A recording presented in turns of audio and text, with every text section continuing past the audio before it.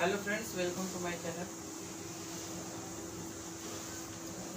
पिछले एपिसोड में मतलब वीडियो में हमने देखा था कि 18वीं शताब्दी में और 17वीं शताब्दी में 20वीं शताब्दी में बच्चों की क्या स्थिति थी।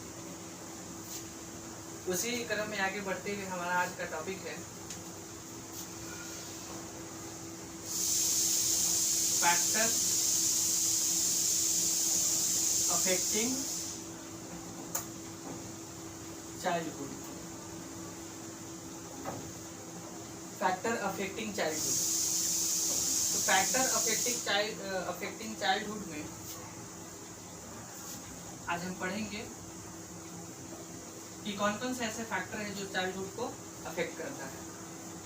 तो इसको हम पॉइंट वाइज कर लेते हैं, उसके बाद इसको एक्सप्लेन करेंगे तो हमें समझने में आसानी होगी और याद करने में और याद रखने में भी, नोट्स बनाने में, ये सब में आसानी होगी। तो सबसे पहले हमारे दिमाग में आता है कि कौन कौन से ऐसे फैक्टर हैं जो चाइल्डहुड को अफेक्ट कर रहे हैं। तो सबसे पहला लिखेंगे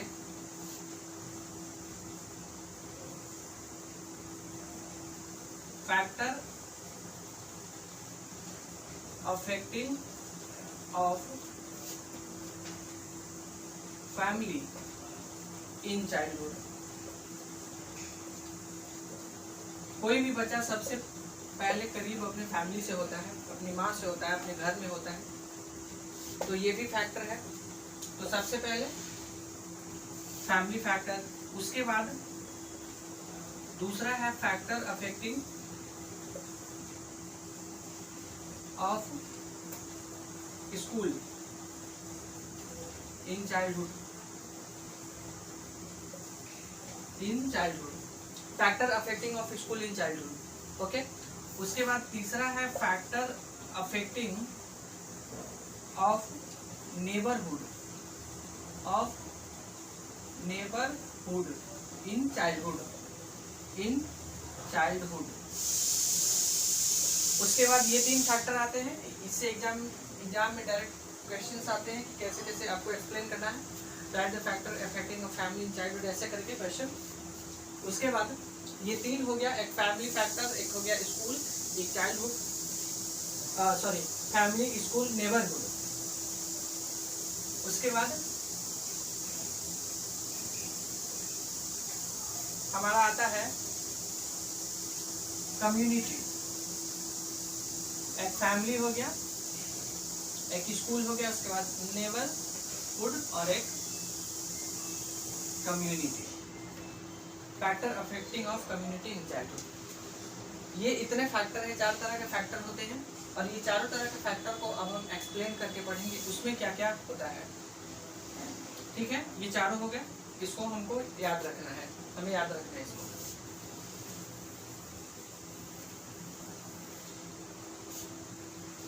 अब पहला से स्टार्ट करते हैं। इसको ऐसा करते हैं, स्कूल और फैमिली, ये दोनों को अलग से हम ऐसे डिवाइड कर लेते हैं, अलग से ऐसे बांट लेते हैं। उसके बाद हम दोनों जो भी डेवलपमेंट आएगा उस डेवलपमेंट के बारे में हम दोनों में बात करेंगे। वो याद रखने में ऐसे आसानी होगी। सबसे पहले आता है फिजिकल डेवलपमेंट, ये स्कूल में भी और ये फिजिकल डेवलपमेंट फैमिली में भी। फिजिकल डेवलपमेंट ये दोनों में, फिजिकल डेवलपमेंट स्कूल में भी और फिजिकल डेवलपमेंट फैमिली में भी। अब देखिए फिजिकल डेवलपमेंट फैमिली में कैसे। तो जो फैमिली अच्छी होती है, जिसकी पारिवारिक पृष्ठभूमि काफ़ी अच्छी होती है, यानी फैमिली बैकग्राउंड जो अच्छा होता है, उनके बच्चों को खाना पीना टाइम से मिलता है, खाना पीना सही ढंग से मिलता है और फिर उनको जो है वो मतलब पौष्टिक तत्व, पौष्टिक आहार किस उम्र में, किस चीज़ में सही चीज़ उनको चाहिए, वो अच्छी फैमिली में मिलता है, जिससे उनके शरीर का सही विकास होता है, सतत विकास होता है। और जहाँ पे अच्छी चीज़ों का, जैसे पौष्टिक तत्वों का या आहार का अभाव होता है जिसकी फैमिली में, तो उनके बच्चों के शरीर का विकास उतना ढंग से अच्छे से नहीं हो पाता, वो माल न्यूट्रिशन का शिकार हो जाते हैं। फिजिकल डेवलपमेंट फैमिली वाइज ऐसे अफेक्ट किया चाइल्डहुड में। और उसके बाद अगर हम स्कूल की फिजिकल डेवलपमेंट की बात करते हैं तो स्कूल में फिजिकल डेवलपमेंट कैसे करेगा काम, तो उसमें क्या है कि खेल कूद, उसमें बच्चों को खेल कूद में क्रिकेट, छोटे छोटे बच्चों तो क्रिकेट खेलेंगे नहीं, मतलब उसमें जो कैरम और दौड़ ये सब तरह का जो भी स्कूल में होते हैं उस सब से फिजिकल डेवलपमेंट बच्चों का होगा। स्कूल में दौड़ की, जो बच्चे दौड़ते हैं, कूदते हैं, उछलते हैं, ये सब जो स्कूल में वो करते हैं उनसे उनका शरीर का विकास होता है, ठीक है। उसके बाद अगर दूसरी डेवलपमेंट की हम बात करते हैं तो एक होता है मेंटल डेवलपमेंट।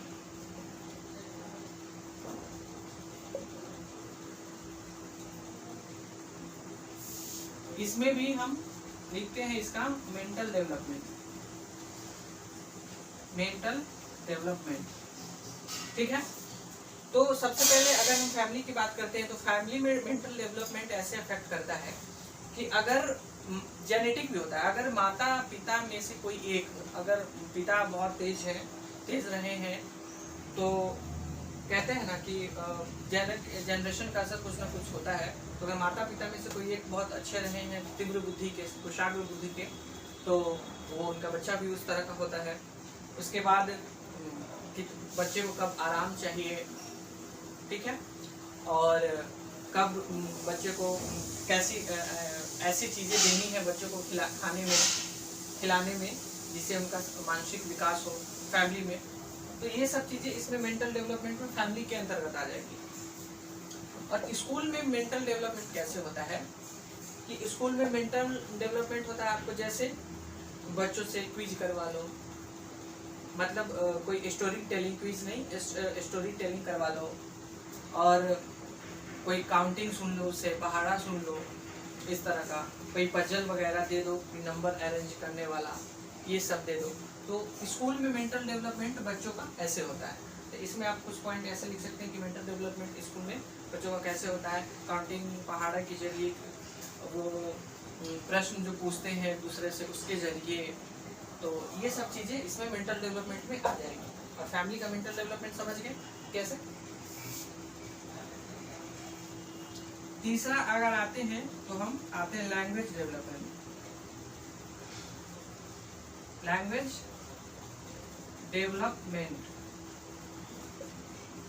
इसमें भी लैंग्वेज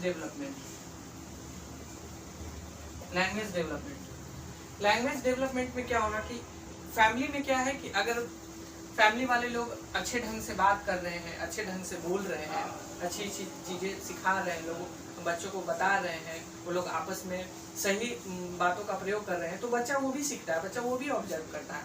लेकिन अगर फैमिली में दिन रात लड़ाई हो रही है, वो माता पिता आपस में या बड़े लोग आपस में गाली गलौज कर रहे हैं, तो बच्चे गाली भी सीखते हैं। तो ये लैंग्वेज डेवलपमेंट, भाषा का विकास वहाँ फैमिली से ही होता है। क्यों आखिर विदेश के जो भी बच्चे होते हैं पैदा होते ही इंग्लिश बोलना शुरू कर देते हैं और हमारे यहाँ ऐसा नहीं, क्यों? क्योंकि वहाँ पे उनका मदर टंग ही वैसा है, वो शुरू से फैमिली में भी सुनते आ रहे हैं, शुरू में उस लैंग्वेज को उसने अडॉप्ट कर रखा है, तो वो सुनते सुनते फैमिली से सुन रहे हैं, बाहर सुन रहे हैं, हर जगह सुन रहे हैं, तो उनके लिए इंग्लिश जैसे हमारे लिए हिंदी है वैसे वहाँ पे उनके लिए वो इंग्लिश है। लैंग्वेज डेवलपमेंट है यहाँ पे। स्कूल में कैसे होगा language development?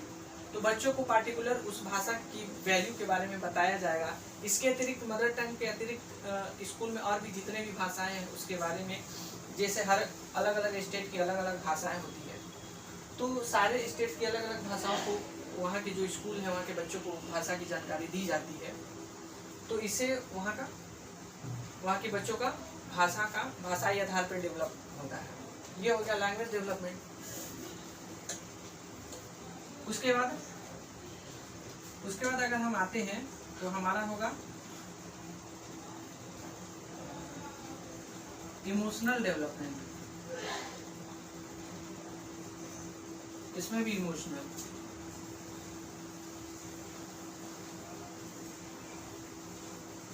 Emotional development, family में इमोशनल डेवलपमेंट यह क्या होगा कि बच्चों को रिश्ते की मर्यादा समझाई जाए। मतलब कि आजकल तो लोग अकेले रहना पसंद करते हैं, बच्चों को भी उसमें दादा दादी से, नाना नानी से, ये सबसे दूर रखा जाता है। एकल परिवार का नियम है, तो ये ऐसा नहीं होना चाहिए। लोग दादा दादी से बच्चे अगर करीब रहते हैं तो उनका भावात्मक तौर पर विकास होता है। फैमिली में ऐसे हो सकता है, वो रिश्तों की समझ होती है और सारी फीलिंग एक दूसरे से, वो जो साथ रहने की फीलिंग है वो अलग बात ही, उसका कुछ अलग है। तो ये इमोशनल डेवलपमेंट ये हुआ। टीचर से स्कूल में बच्चों का इंटरेक्शन, बच्चों को अगर गुस्सा आ रहा है या बच्चों को अगर मतलब आत्मनियंत्रण की भावना, सेल्फ कंट्रोल की भावना नहीं है, तो स्कूल में टीचर्स बताते। तो 3-4 लोगों का परिवार है, उसमें बच्चे हैं, उसमें कोई एक बड़ा बच्चा अगर आगे निकल गया, कुछ अच्छा सक्सेस कर गया, तो वो पीछे अपने पीछे के भाई बहनों को भी पढ़ा लिखा के आगे कर लेता है। ऐसा कैसे होता है? तो उनको एजुकेशन का इम्पोर्टेंस पता है। पेरेंट्स अच्छे जगह से है, उनको एजुकेशन का सब इम्पोर्टेंस पता है, तो वो बच्चों पे पूरा फोकस देते हैं। तो इस तरह से उनका एजुकेशनल डेवलपमेंट होता है। स्कूल में एजुकेशन डेवलपमेंट कैसे होगा? एजुकेशन को सही करके। स्कूल में ऑब्वियसली वो स्कूल है, टीचर्स अच्छे पढ़ाएंगे, उसका मोरल वैल्यूज टीचर बच्चों को बताएंगे, गुड जो डूज है, जो डोंट है, वो सब बताएंगे, अच्छी अच्छी बातें सिखाएंगे। तो ऑब्वियसली उनका एजुकेशनल डेवलपमेंट वहाँ स्कूल में टीचर्स के जरिए होगा। तो ये हमारा था ये डेवलपमेंट। इसमें और सारे पॉइंट्स हैं, लेकिन आप इसी को एक्सप्लेन कर करके अपने वर्ड्स में लिखेंगे तो बहुत सारे आंसर प्रिपेयर हो जाएंगे। तो स्कूल और फैमिली हो गया, फैक्टर अफेक्टिंग चाइल्डहुड, स्कूल में कैसे अफेक्ट होता है, फैमिली में कैसे, ठीक है। अब इसके बाद है कि नेबरहुड, इसके बाद है नेबरहुड कैसे अफेक्ट करते हैं बच्चों को।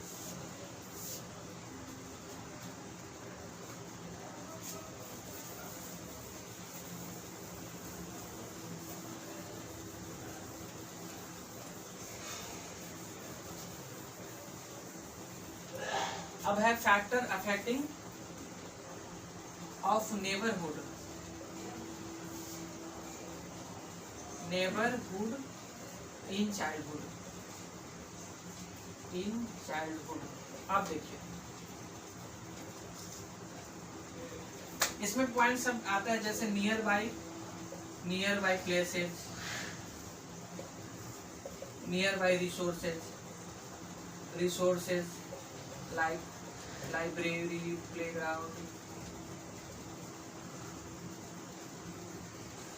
प्लेग्राउंड किसी। उसके बाद आता है इसमें सोशल इन्वायरमेंट,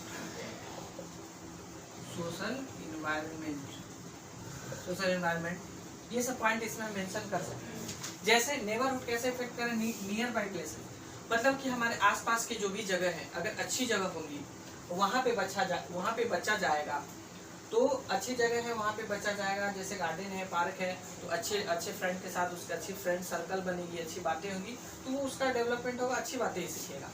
लेकिन जहाँ पे ऐसे जगह पे, जैसे वहाँ पे साफ सफाई की कोई व्यवस्था नहीं है, पूरा करकट है, तो वो बच्चा जाएगा तो वो बीमार भी पड़ेगा, ऊपर से कुछ सीखेगा भी नहीं। तो हमारे जो प्लेसेज है आसपास की, वो सही होनी चाहिए, जहाँ पे बच्चा खेल सके, जहाँ पे उसका जो बच्चों का फ्रेंडशिप है वो अच्छी तरीके से कर सके, और उसका जो ग्रुप है वहाँ पे सही से सेफ रह सके। तो नियर बाई प्लेसेज ये आ जाते हैं। और near by resources like library और प्लेग्राउंड का तो बता ही दिया। तो लाइब्रेरी में कैसे, जैसे आजकल छोटे बच्चों को ये लाइब्रेरी तो थोड़ा सा बड़े बच्चों के लिए है, पर अगर प्ले स्कूल की बात करते हैं, प्ले स्कूल तो जिसमें छोटे बच्चे जाते हैं, तो हमारे जैसे जो भी रिसोर्सेज है, प्ले स्कूल हो गए, या बड़े बच्चों के लिए एडोलेंसेंस के लिए जो लाइब्रेरी हो गए, या फिर क्या कहते हैं प्लेग्राउंड हो गए, ये सब जो हो गया वो रिसोर्स अच्छी तरह का होना चाहिए, क्योंकि वहाँ पे बच्चे जाते हैं, वहाँ पे पढ़ते हैं, वहाँ दोस्तों से मिलते हैं। यहाँ पे लाइब्रेरी जाएंगे तो अच्छी किताबें पढ़ेंगे, अच्छी चीज़ें, अच्छी मैगजीन देखेंगे, मैगजीन बच्चों को पसंद होता है, कार्टून वाला ही क्यों ना देखो, लेकिन उसमें मोरल वैल्यूज की, मोरल एजुकेशन पे चर्चा की जानी चाहिए, वो है। फिर प्लेग्राउंड में हर जगह बच्चों के लिए गार्डन बना हुआ है, प्लेग्राउंड है, तो वहाँ पे बच्चे जाएं तो अच्छी तरह से वहाँ पे खेलें, उनको किसी तरह की कोई हानि ना हो, आपस में झगड़े नहीं, एक दूसरे को कोई चोट ना पहुँचाए, एक दूसरे की फीलिंग्स की रिस्पेक्ट करें, एक दूसरे की हेल्प करें, ये सब होना चाहिए। प्ले स्कूल में बच्चे जाते हैं तो प्ले स्कूल में वहाँ पे जो भी बताया जाता है उसको ऑब्जर्व करें, सीखें। वहाँ पे तो डेमोन्स्ट्रेशन मेथड के द्वारा बताया जाता है, सब कुछ दिखा करके प्रदर्शित करके दिखाया जाता है कि हाँ ये है। अगर अनार बताएंगे तो अनार का वो बहुत बड़ा सा फोटो बना देंगे कि हाँ ये अनार है, बच्चों ये देखा अनार। तो हर चीज़ की फैसिलिटीज बच्चों को देनी होती है ताकि उनका सही से विकास हो सके। उसके बाद सोशल इन्वायरमेंट हमारा सही होना चाहिए, आसपास का वातावरण, सामाजिक वातावरण जो है वो बच्चों के लिए एकदम सही होनी चाहिए, जिससे कोई इफेक्ट उनके ऊपर ना पड़े, निगेटिव इफेक्ट ना पड़े। ये नहीं कि दिन रात ऐसे जगह पे रह रहे हैं जहाँ दिन रात झगड़ा हो रहा है, कलह हो रहा है, तो बच्चा क्या उसमें पढ़ेगा और बच्चा क्या वहाँ से सीखेगा। तो ये सब है, नेबरहुड का होना एकदम अच्छा, नेबरहुड होना एकदम जरूरी है, क्योंकि हमारे बच्चे जिस सोसाइटी में, जिस संगत में रहेंगे, उन पे उसी सोसाइटी और संगत का असर पड़ेगा सबसे पहले। तो फैमिली के बाद नेबरहुड ही होता है, जहाँ पे बच्चों का अगर नेबरहुड सही हो तो बच्चे का डेवलपमेंट सही से होता है, वो सही चीज़ों को समझता है, जानता है। ठीक है, समझ आया? अब अगला,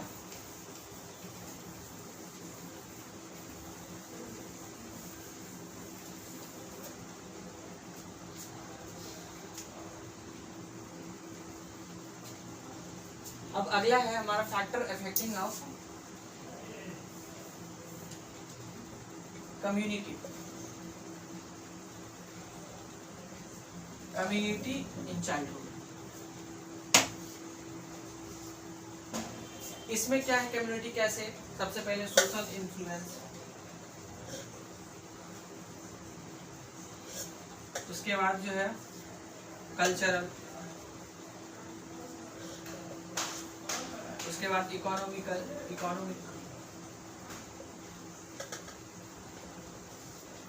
पॉलिटिकल, ये सारे चीजों का असर, ये सब सारे फैक्टर हैं जिसपे बच्चों में पड़ता है।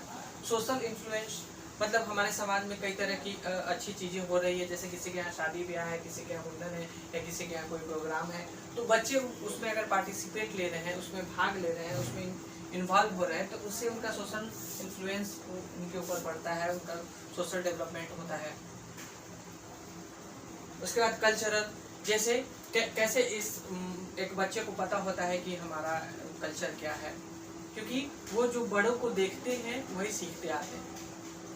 जैसे अगर सपोज कोई हिंदू फैमिली से है तो उनका क्या कल्चर है, तो वो कैसे सीख रहे हैं, कैसे बच्चा जन्म लेते तो नहीं समझ जाता कि हाँ वो किस धर्म से है, किस, उनको बताया जाता है, उनको सिखाया जाता है कि हाँ तुम्हारा ये कल्चर है। या अगर उनको कोई बताता नहीं है तो खुद से बड़ों को ऑब्जर्व करने लगते हैं, खुद से बड़ों को देखते हैं कि हाँ उनका क्या कल्चर है, जो जहाँ के हैं, जो जिस स्टेट के हैं, वो वहाँ अपने घर में बड़ों को देखते हैं, ऑब्जर्व करते हैं कि उनका क्या कल्चर है, उनका क्या घर में सिचुएशन है, कैसे कैसे चीज़ें हो रही हैं वहाँ पे, तो वो सारी चीज़ों को फॉलो करते हैं।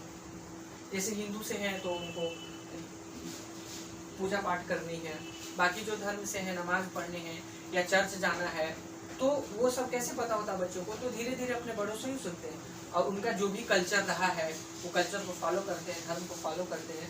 तो इसका प्रभाव, कल्चर का इन्फ्लुएंस जो है बच्चों के इस तरह से पड़ता है।